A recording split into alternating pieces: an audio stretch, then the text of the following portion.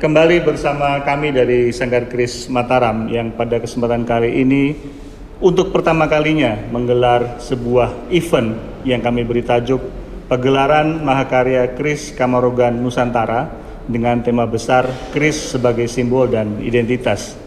Pada kesempatan kali ini kami disupport penuh oleh Pertamina Gas Negara dan juga didukung oleh Senapati Nusantara, Paguyuban Mertikarto Yogyakarta, dan juga tentunya Dalam Punakawan Yogyakarta. Bersama kami pada kesempatan kali ini hadir dua tamu kami yang spesial. Yang satu kita kenal sebagai seorang wirausahawan juga pengusaha yang kebetulan sangat menyukai atau menyenangi karya-karya puncak dari seni tempa logam, yaitu keris Kamarogan. Mari kita kenalkan, beliau adalah Mas Sumijan. Selamat malam Mas Sumijan. Ya, malam. Di sebelah kirinya juga sudah tidak asing lagi mungkin bagi para penikmat keris di Yogyakarta, juga mungkin di luar Yogyakarta. Beliau ini adalah seorang penggarap keris top, begitu kira-kira beliau mengakuinya. Seorang pengrajin yang sudah tidak asing lagi. Dia adalah Heru Susilarto, sang empu ngelawisan dari ranah Muntilan, Jawa Tengah. Selamat malam. Selamat malam. Ya, menarik. Kita bisa menghadirkan dua pembicara kita pada malam hari ini untuk bertanya soal pameran kita pada kesempatan kali ini. Saya mungkin mengawali dengan Mas Sumijan. Apa sebenarnya yang membuat Anda begitu tertarik untuk mengoleksi dan akhirnya bisa memiliki keris Kamarogan? Ya, kalau keris itu sendiri ya, kalau keris itu kan selain benda budaya juga pusaka gitu ya.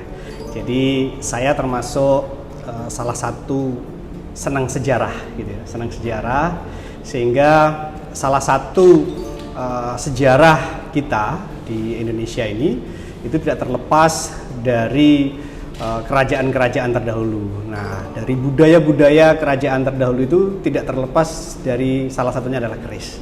Nah, itu yang menjadikan saya senang mempelajari, bahkan memiliki dan mengoleksi sebuah keris itu sendiri. Dan keris itu dari zaman dulu, di era-era kerajaan yang terdahulu, itu selain sebagai pusaka juga sebagai status sosial ya. Jadi kalau di UNESCO sendiri kan dikategorikan menjadi lima kategori. Ada tradition, social function, terus ada juga historis gitu ya, dan juga ada mistis ya, yang itu di salah satunya sebagai pelengkap dari nilai keris itu sendiri. Mungkin karena saya senang sejarah dan budaya itu tadi, sehingga saya menjadi sangat suka untuk memiliki bahkan mengoleksi sebuah keris itu sendiri ya. Karena kalau dikatakan sebagai Kamarogan itu sendiri, karena kan memang social function tadi ya, status sosial sebuah keris itu sendiri. Kamarogan itu kan sebetulnya istilah di dalam kolektor kita ya, sehingga dikategorikan Kamarogan itu sendiri. Kalau di dalam istilah kolektor itu wedono ya, 7 wedono atau 7 wedono kinatahnya. Jadi keris yang di kinatah emas ya, sampai di 7 wedono itu nanti baru bisa dikategorikan Kamarogan kalau istilah kolektor sekarang ya. Mungkin nanti kalau ada salahnya bisa dibenarkan oleh sang empu ya, yang memang lebih tahu mungkin dan lebih detail bisa menjelaskan di sana. Nah, kalau di Kamarogan ini kan puncak dari status sosial atau mewakili status sosial sang pemilik terdahulunya. Semakin banyaknya wedono atau semakin banyaknya kinatah emas di dalam keris tersebut, itu menunjukkan salah satu status sosial sang pemilik terdahulunya. Itu yang menjadikan kita para kolektor itu senang mengoleksi keris-keris yang memang Kamarogan gitu ya. Nah, salah satunya yang kita pamerkan di sini ya, banyak khusus di sini dipamerkan adalah keris-keris yang Kamarogan. Itu baik, mungkin dari saya. Terima kasih. Saya mungkin mau lanjut ke Mas Wijan dulu. Ada berapa koleksi yang ditampilkan pada pagelaran kali ini? Kebetulan kalau Kamarogan sendiri saya ada lumayan banyak, ada sekitar 5 ya di rumah atau lebih mungkin ya. Kamarogan. Cuman untuk yang di sini sih saya tampilkan baru 2. Oh. Kamarogan. Mungkin bisa disebutkan mungkin namanya atau mungkin sudah diberi gelar? Ya, ada gelar Kanjeng Kiai Singo Sembrani sama Kiai Nago Sumurup ya yang saya pamerkan di sini. Ada juga yang Kiai Bliwis Putih dan ada beberapa lagi yang memang belum kita tampilkan di sini ya, nanti di pameran-pameran berikutnya biar yang ditampilkan, yang tampil itu tidak hanya itu saja, jadi nanti digilir ya dua-dua. Baik, dari 2 yang ditampilkan ini kalau menurut Dinas sebagai kolektor sendiri apa yang menjadi sebuah ciri atau mungkin menjadi keunggulan dari yang ditampilkan ini, yang dari kursi pribadi? Dari koleksi, di antara koleksi saya gitu ya, keunggulannya ya sebetulnya Kamarogan sendiri itu kan status sosialnya sudah tinggi gitu ya.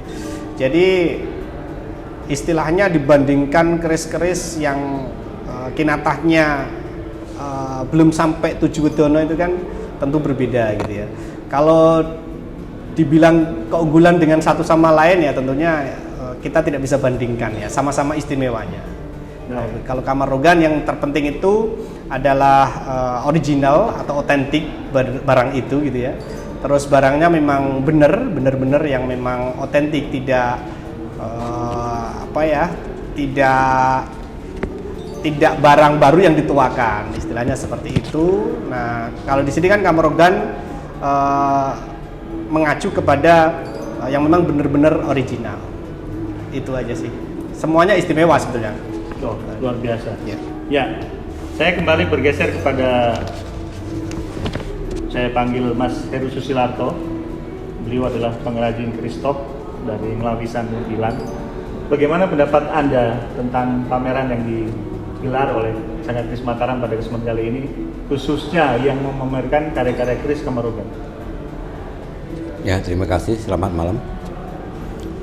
Selama ini yang saya ketahui, khusus seluruh Indonesia ya, dalam penampilan pameran, baru kali ini khusus pameran Kamarogan, keris yang ada emasnya khusus, itu baru sekali ini setahu saya.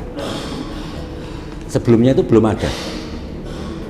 Jadi termasuk yang dipamerkan itu ya lumayan super untuk keris-keris kinatah Kamarogan gitu. Jadi misalnya di kota-kota besar Jakarta atau di Bali atau di Solo itu selama ini belum pernah ada pameran khusus yang Kamarogan, belum pernah. Misalnya ada itu campur, yang Kamarogan pun terbatas gitu. Maka spesial untuk event pameran ini ya, saya salut ya, saya termasuk berbangga ria ya, kalau saya seperti itu. Demikian. Baik, terima kasih. Mungkin untuk lebih dalam lagi saya ingin mencoba mengeksplorasi Anda sendiri sebagai seorang penggarap keris ya, bagaimana melihat perbedaan dari sisi mungkin waktu mereka dulu para empu dan kita hari ini dari sisi teknis misalnya, karena Kamarogan ini adalah puncak dari segala bentuk dari keris-keris yang ditempa, yang di atasnya diberi hiasan atau kinatah emas. Itu kalau menurut pendapat saya, jadi pada waktu itu kan seni rupa tempa logam. Nah, fungsinya itu keris yang dikasih emas itu tidak untuk pusaka yang umumnya yang tidak diberi emas. Nah, itu tergantung tingkat sosial orang pada waktu itu. Semakin seseorang itu kaya raya, dia pengen mengabdikan, kemudian dia punya jiwa seni, suka dengan keris, maka keris itu langsung ya, pada waktu itu, biarpun kita juga belum lahir, itu hanya kemungkinan ya, semua punya pendapat masing-masing, bisa salah bisa benar. Jadi untuk memuliakan itu kemudian ya, ada yang dipasang emas, gitu. Jadi bikin keris ya toh, dengan konstruksi dapur ini, kemudian dipahat, kemudian dipasang emas ya toh, 3 dimensi misalnya gitu. Terus fungsinya apa? Memang karya seni gitu loh, untuk status sosial yang bersangkutan. Kalau zaman dulu katakanlah orang petani mungkin secara ekonomi tidak mampu, tidak mungkin dia memasang emas karena pada waktu itu memang mahal. Semakin dia punya keris yang kinatah, kamarogan, status sosialnya di masyarakat itu lain, lebih tinggi daripada yang keris biasa. Kira-kira seperti itu. Baik, terima kasih. Kita beralih kembali kepada Mas Sumijan. Sebagai kolektor mungkin bisa sedikit diceritakan bagaimana pengalaman mencari sehingga akhirnya bisa memiliki dan akhirnya tidak hanya satu tapi bisa punya beberapa. Ini luar biasa nih. Mungkin bisa diceritakan bagaimana sulitnya atau bagaimana sepak terjangnya sehingga akhirnya juga mampu memiliki sebuah karya seni yang dianggap menjadi mahakarya budaya agung Nusantara. Ya, kalau soal keris Kamarogan ya, tentunya kita belajar dari dasar terlebih dahulu, ya kan. Nggak mungkin kita seorang pemula langsung mengincar keris yang Kamarogan, itu kan nggak mungkin, karena kita setiap leveling itu ada ilmunya, gitu ya. Jadi kita belajar dari bawah terlebih dahulu, dari keris-keris yang tidak ada kinatahnya, gitu ya, tidak ada emasnya, gitu ya, keris-keris yang standar lah, gitu ya. Standar dalam artian itu tidak berkinatah atau tidak dimuliakan dengan ornamen emas. Nah, awalnya dari sana kita belajar dulu. Kalau awal dari pemula itu kan yang penting itu kan kita bisa membedakan dulu. Oh, ini keris tua, keris yang memang era sepo, era nom-noman, terus era kamardikan. Nah, itu adalah dasar-dasar kita belajar di awal atau sebagai seorang pemula. Setelah kita tahu ilmunya, baru nanti kita naik level, gitu ya, naik level di mana keris-keris yang mungkin berkinatah tetapi mungkin belum Kamarogan. Contoh mungkin kinatah Panji Wilis, kinatah Telong Medono, gitu ya. Nah, dari sana kita pelajari dulu gimana sih kinatah yang original, kinatah yang memang betul-betul dibuat di era waktu keris itu juga dibuat, atau di era di mana keris itu dikinatah tetapi di era kerajaan nom-noman meskipun kerisnya itu keris sepo, gitu ya. Keris sepo. Jadi kategorinya kan kalau keris sepo itu kan Mataram ke sana, ke arah sebelumnya, gitu. Kalau dikategorikan keris nom-noman itu mulai dari Pakubuwono sama Hamengkubuwono dan seterusnya itu. Kamardikan itu dikategorikan kamardikan apabila keris itu dibuat setelah era merdeka, gitu ya. Gitu. Atau mungkin kita mempelajari gimana ciri-ciri kinatah yang itu disusulkan setelah era merdeka, gitu ya. Nah, itu perlu kita pelajari di level itu. Nah, setelah kita tahu ilmunya juga, baru kita naik step atau naik level ke arah koleksi keris-keris yang Kamarogan, yang kinatahnya di atas Pitung Medono tadi. Baik, itu tips yang menarik bagi kita mungkin yang baru awam atau mungkin baru awal untuk memulai mempelajari keris dan juga ingin mengoleksinya. Tapi mungkin saya ingin mengulik lebih jauh sedikit ini, Mas Mijan. Terus bagaimana dalam proses huntingnya? Apakah memang sampai hari ini masih juga tetap punya tantangan yang khusus sehingga mungkin akhirnya bisa harus bertahan sampai hari ini? Atau mungkin begitu saja dengan mudah dikasih atau mungkin diberi atau bagaimana? Mungkin? Oh, enggak ya. Jadi kalau selama ini sih sebetulnya karena keris itu kan terkadang pusoko, gitu ya. Jadi terkadang itu bisa dikatakan jodoh, gitu ya, jodoh. Jadi punya pulung ya? Iya, punya pulung, gitu ya. Terkadang kita mengejar keris tersebut, gitu ya. Oh, ternyata padahal kita sudah mengejarnya, gitu ya. Ternyata kok nggak kena kita, gitu ya. Nah, itu yang namanya pulung. Meskipun terkadang yang kita mau barter dengan barang ini oke, gitu ya. Nah, tetapi ternyata pada kenyataannya itu nggak jadi kena kita, tapi kena orang lain. Nah, itu juga termasuk pulung. Intinya dikatakan jodoh atau pulung ya. Karena ya itu tadi, kalau hunting sih tetap hunting, tetapi kita juga akan melihatkan barang itu benar-benar memang barang yang ori, benar-benar barang yang memang bagus, istimewa. Nah, itu baru mungkin bisa dikoleksi. Baik, dari koleksi yang ada sekarang masih tetap ingin menambah koleksi yang lain mungkin? Ya, kalau ada yang lebih bagus, ya nggak ada masalah sih. Wah, luar biasa. Kalau yang lebih bagus ya ada masalah. Baik, saya kembali ke Mas Heru Susilarto ini. Kalau dari sisi teknik pola garapnya bagaimana? Apakah dulu ketika di era tadi disebutkan Mataram kuno sampai ke Mataram baru, apakah mungkin ada sisi pembedaan dari mungkin sisi pola garapnya? Ataukah mungkin sama, atau mungkin terlihat ada sisi mungkin yang lebih detail, atau mungkin lebih tonjolkan, atau mungkin hal-hal tertentu yang mungkin juga tidak terlalu banyak kita lihat, tapi sebenarnya ada mungkin pembedaan atau sebuah ciri. Bagaimana mungkin? Itu kalau menurut saya pribadi, itu sebetulnya Kinata Kamarogan itu kan dipahat. Nah, siapa yang mahat itu kan terus terang dia punya keahlian khusus.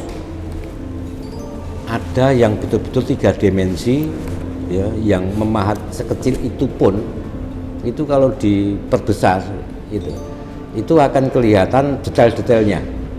Itu memang seseorang pemahat atau orang yang memasang emas, Kinata emas itu memang punya keahlian khusus yang tidak dimiliki oleh orang lain.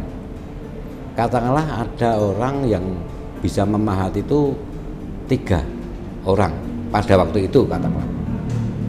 Nah, itu pun ada yang istimewa, ada yang sedang, ada yang kurang. Itu. Maka segala sesuatu itu serahkan ahlinya yang spesial. Itu hasilnya pasti akan bisa dikatakan maksimum, memuaskan pada orang yang suruh winata pada waktu zamannya itu. Kalau saya seperti itu. Terus sekarang pun katakanlah gitu, untuk era kemerdekaan atau zaman sekarang, itu pun kalau kita itu suruh bikinkan Kinata, itu pun yang istimewa pun juga ada, juga tidak kalah dengan yang dulu ada, gitu loh. Maka yang namanya seni, gitu, itu setiap orang punya cara masing-masing, yang finalnya itu hasilnya tetap istimewa. Itu prediksi saya seperti itu. Gitu. Baik. Ya, kita ternyata tidak terasa waktunya sudah semakin dekat dengan waktu yang sudah disampaikan tadi. Pada kesempatan ini saya mungkin mau minta semacam closing statement baik dari Mas Sumijan sebagai seorang kolektor keris Kamarogan tentang harapan dan mungkin apa yang ingin disampaikan terkait dengan pesan-pesan terutama tentang generasi muda, dan tentunya kami di Sanggar Keris Mataram untuk semakin bisa memotivasi untuk tetap dan mau belajar bagaimana keris-keris ini bisa kita ketahui untuk menambah wawasan, wacana dalam pengembangan dan pelestarian keris Nusantara ke depannya. Silakan. Ya, jadi untuk membangkitkan semangat anak-anak muda ya untuk mencintai, menggemari budaya perkerisan. Nah, itu dari kita semuanya perlu dukung nih acara-acara seperti ini, pameran-pameran seperti ini. Supaya apa? Supaya minat dan rasa ingin tahu para anak-anak muda terkait budaya kita, budaya Nusantara ini, terutama di keris gitu ya, itu meningkat lagi gitu ya. Harapannya seperti itu. Tetap kita lestarikan budaya kita ya. Kalau enggak kita terus siapa lagi gitu ya. Wah, dan kalau enggak sekarang mau kapan lagi ya. Betul. Baik. Ya, dilanjutkan, monggo. Untuk saya berpesan untuk generasi yang akan datang, itu jangan memilih-milih keris katakanlah Kamarogan atau keris baru, bahwa Kamarogan yang baru itu nilainya kurang, gitu. Kemudian yang lama mesti bagus. Jangan seperti itu, karena budaya keris itu termasuk budaya yang mau punah, maka harus kita lestarikan. Di mana ada orang yang bisa membuat keris, apalagi yang kita bicarakan itu yang Kinata emas Kamarogan, itu kalau kita dukung. Bagaimana seseorang yang masang emas tadi di bilah keris supaya hasilnya baik, istimewa, tidak dengan keris yang lama. Kalau bisa itu nyalip, itu lebih bagus, karena sejarah yang akan datang itu yang menilai itu. Jadi generasi sekarang itu jangan sungkan-sungkan belajar untuk di keris, terutama yang pasang emas tadi, yang betul-betul istimewa. Jadi keris Kamarogan baru atau era kemerdekaan istilahnya di dalam keris itu juga belum tentu jelek, belum tentu murah dalam arti maharnya, bisa berlipat ganda mahal. Hasilnya karena mau istimewa sekali, tidak kalah dengan Kamarogan yang lama. Mudah-mudahan seperti itu untuk generasi yang akan datang.